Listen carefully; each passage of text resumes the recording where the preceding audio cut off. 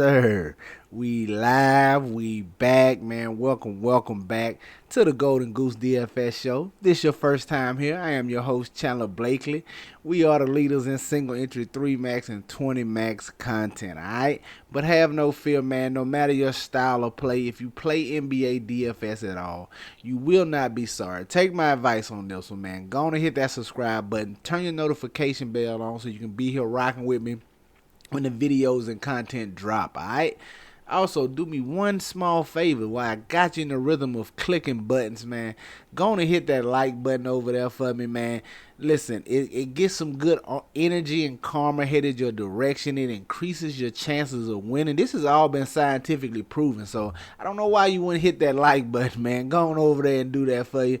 Do that for your boy, man. I appreciate you. Thank you for tuning in. This is my starting 5 series. If you're new here, where I bring you 5 plays that's more than likely going to be in my player pool. I always say more than likely just because it is the NBA, man. There's injury news throughout the day, before lock, after lock, so plays change, guys get ruled out, that sort of thing.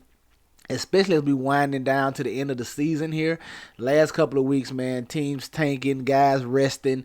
It just gets crazy. I really like to temper down my play the last couple of weeks of the NBA season. And then when playoff hits, we'll get back up to our normal volume. So I advise you to tone it down here. Trust me, because it's going to get hectic, man, these last week or so. You'll start to see, man, it's going to be a lot of stars and scrubs type slate because there's going to be plenty of guys ruled out, G League guys playing. It gets hectic, man. You might want to tone it back, but hey, do what you want to with your money. If you feel you got a grasp on it, you want to keep playing your normal betting size, go right ahead, man. More power to you. I'm just telling you, for me, I like to tone it down this time of year, all right? We're going to get into my starting 5, but before we do, we got the lineup review. Going on my best lineups from yesterday's slate. Pull up a chair, get comfortable, let's talk about it, all right? Yesterday's slate, man, like I said, I'm only doing a couple of lineups. I did one. This was the $5, I think 5K the first big tournament. Then I did my couple of single entries. So only like 3 or 4 lineups for me these days on a nightly basis. Like I said, until we get back to playoffs, then I go back to my 20 max and whatever. But 280, man, it was a rough night. Didn't cash on either of my lineups. Like I said, this is the $5, 5K the first little tournament I got in. 280. Just trying to get a different build over here around some of the chalkier pieces we had. At the top, TJ McConnell, 13% on, 31 fantasy points. Nice outing from him as the Pacers just destroyed the Nets here in this spot. Thought the Nets could hang around there a little bit. TJ McConnell was just trying to get different. He picks up playing time. He's a guy that can get it done in limited minutes. So just trying to get different, like I said, in this tournament lineup. Worked out for me at 31 fantasy points.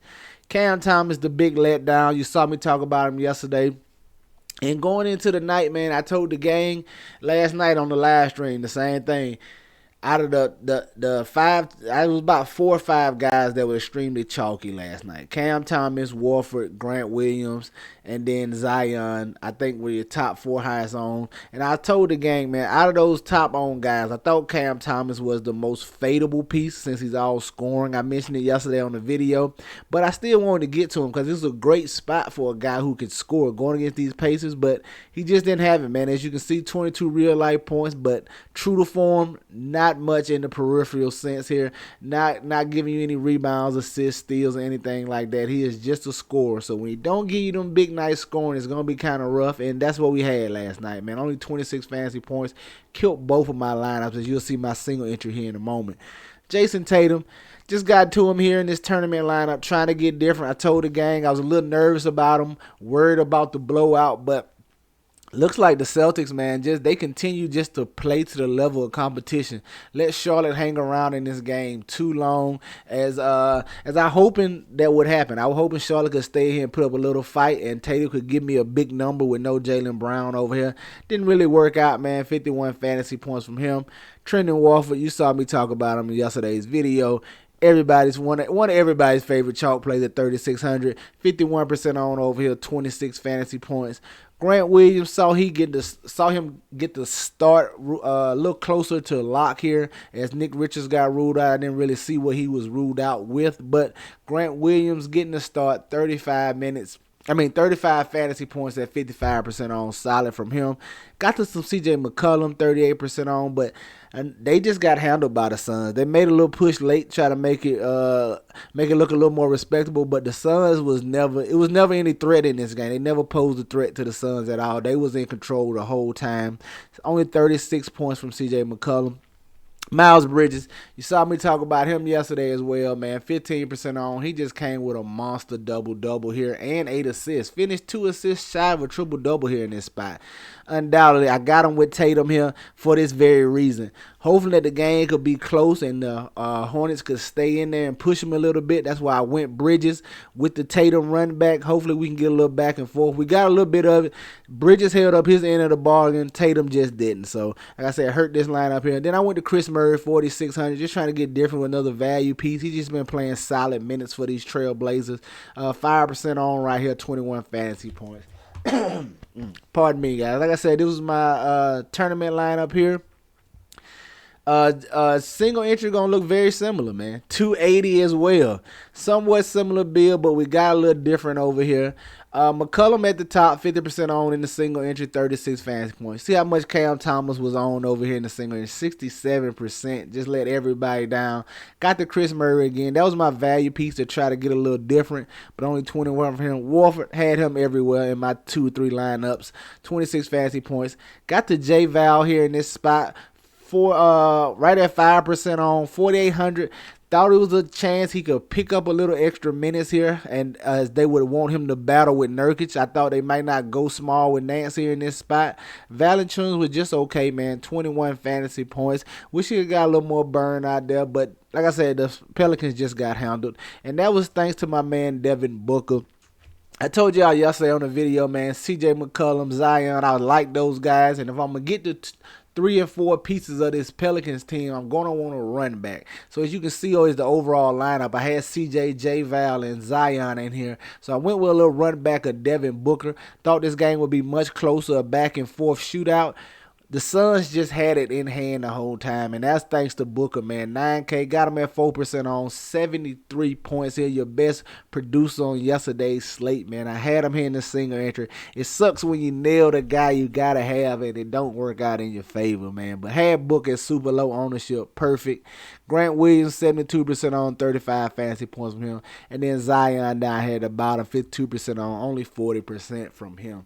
So, as you can see what I did, man. Tournament, I went with that Celtics-Charlotte game, try to get the run back with Tatum and Bridges. And then my single entry, I went to what I thought would be the most competitive game, the Suns and Pelicans, but just did not work out that way. 280 over here, just missed the cash line in my single entry as well, all right? Let's get to today's 7. Oh, my bad. Forgot about the FanDuel lineup. FanDuel, same thing. Just missed the cash over here. This was actually, what was the $4? I just did a couple of lineups, and the $4 1K the first layup over here. As you can see, just a few points shy of the money over here. I did 2 lineups in this one. This was my best one. 297. Went to my boy Cade Cunningham. Was high on him yesterday as well. Told you I'd be getting to him, man. 58 fantasy points from him. Kobe White, just try to holding out hope that Kobe White can find that shooting percentage he had early in the season, man. And I thought it was a spot we could get like DeSumo out. He been picking up his offensive play. I thought that could help Kobe White a little bit. Get a few more shots here. And it was a great matchup against the Hawks. Only 32 fantasy points. Just okay. Didn't destroy me. Cam Thomas over here again, 26% on, only 25 fantasy points. Just destroyed me in a lot of places. Got to Alex Caruso. Didn't think he would be this high on with the closer. He got ruled in a little late, closer to lock, so I didn't think that many people would be on him. But 32% on, man, 29 fantasy points. Chris Murray again, 24 for him at 19% ownership. Bridges over here, man, 26% on, 50 fantasy points from him. Trent Warford, 13% on over here. The price tag was a little higher, so he didn't see as high ownership, but still 25 fantasy points at 4,800 over here was still okay. Got the Zion here with the letdown, 40, and then Poku just trying to get different in the tournament. He popped in the optimizer here a little bit. Just in case this game was a blowout, he picked up some extra minutes. I was okay going to Poku here, but There you have it, FanDuel. Let's get over to DK and FanDuel once again and see our starting five for tonight. 7 game slate across both sites here. And like I just told you, man, it's getting to the end of the year. It's going to be very stars and scrubs on a lot of slates. And that's what we're looking at here today. A lot of questionable tags. A lot of questionable tags. Could be more value open up. Like we could get SGA to miss again. Maybe LeBron or AD sits this one. It is Toronto. We will have to wait and see. We won't have that news. But a lot of questionable tags. You're going to have to be tuned in. But let's get into this starting five and how I'm looking at it right now. At the top, I want to look at Patrick Beverley, 4,500, man. Still no Dame over there. Should be getting the start. We saw him play 36 minutes last time out. He should be in line for that workload again, provided the Wizards can stay in here and barring foul trouble or anything. You know, Patrick Beverley can get a little crazy sometimes, so you got to watch him. He probably going to be up there trying to agitate Jordan Poole. So you definitely got to keep an eye on for Beverly. But still should be in the starting lineup. Should get full run here. And they should easily handle the Washington Wizards here in this spot. So like getting back to Patrick Beverly. At shooting guard, want to look at Malachi Branham, man, 4,100. Saw him get the start last time out. And the Spurs are without those same guys again. Now, the starting lineup for the Spurs could be a little different this time out. Last time we saw him go with Trey Jones. It was Branham. It was Champagne and Chetty Osman to go with Wemby for the starting five. But they played the Warriors. They have the Nuggets this time out. They could elect to go with a little more size in their starting lineup to deal with Jokic and Aaron Gordon down there. I don't know if they want Chetty Osman at the power forward. He like 6'6", maybe 200 pounds. I don't know if they want him guarding a 6'10", 250 Aaron Gordon over there on the block. So we could see a little switch up here in the Spurs starting lineup. We're going to have to keep an eye on that. But I think Branham should be in there. He should be solidified in there. But if he's not, we'll adjust as it comes. All right. If he's not and they go with Champagne, guess what? Put Champagne in here over Branham. They're very similar price. But going to get to some of the Spurs value going against the Denver Nuggets. At the small forward, man, I told you it's going to be a stars and scrub. I usually don't build starting five like this for the video, but I just want to emphasize this for y'all, and I wanted to show you. So, 2 pay-up options you can get to over here is LeBron James, 9,800. Like going to him in this spot unless he rests. If him or AD rests, you know it's one or the other. If AD is in and LeBron is out, take AD, and vice versa, man. But definitely got my eye on LeBron James here, 9,800, going against these Raptors. You know, the Raptors is another team you can just play against. Defense is not good. They might wrap this one up early, but definitely looking at LeBron James. Gonna need this injury news here in this spot. At the power forward, man, just play Giannis today. Just play Giannis today. He is going to absolutely destroy these Washington Wizards. Out murder, death, kill. I'm not even gonna give you no breakdown. Just play Giannis today. Just play him. At the center spot, I want to look at Walker Kessler, 4,700. Expecting him to get the start down here against the Cleveland Cavs. No John Collins. They're going to need his size to battle Mobley and Allen down there. They have both of their 7-footers back, so I don't see why Kessler doesn't get the start here. Should play 30-plus minutes. You know he's live for a double-double. Has multiple block upside, man. And I like this price range on him. Tough game. Low total here. Should be Cleveland's gonna try to slow it down, but Kessler should get big minutes here in this spot, provided he stays out of foul trouble or anything like that. I'm looking at Walker Kessler for a nice double-double here. Hopefully he can pick up 3 or 4 blocks for us. All right, there you have it. Just starting five for DraftKings: Pat Beverly, Malachi Branham, LeBron James, Giannis Antetokounmpo, and Walker Kessler, man. All right, let's go look at FanDuel and see what I'm feeling over there. On the FanDuel side, think we can look at Campaign at the point guard. Now, we're going to need that Maxey news. He's still questionable, but if he is out again, that's going to open up some 76ers value, man. I don't mind going to Cameron Payne here at 5K. You can sign me up. Saw solid minutes last time out in a similar situation with no Maxey. I expect that to stay the same here. Give me some Campaign at 5K. At the shooting guard, staying with Malachi Branham, man, 4,500. Like I said, we got to wait on the starting lineup now. We're going to have to see who's starting, but I'm thinking he is in there for sure. But if he's not, we will adjust. 30 plus minutes game against Denver. It's just a price and a minutes thing. Like, it don't matter what the score of the game is, they're gonna play. The Spurs are so shorthanded, so you don't really worry about blowouts in this type of situation. Just play the value and hope he gets you there. All right. At the small forward, staying with his running mate, Julian Champagne. Now, I do think these two are in the starting lineup. All right.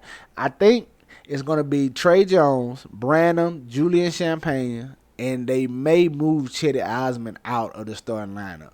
But they could put Osman at the small forward and move Champagne out. Like I said, it's a lot of ways it could go. We're not going to have the starting lineup before lock, more than likely. It would be nice if we did, but I doubt we do.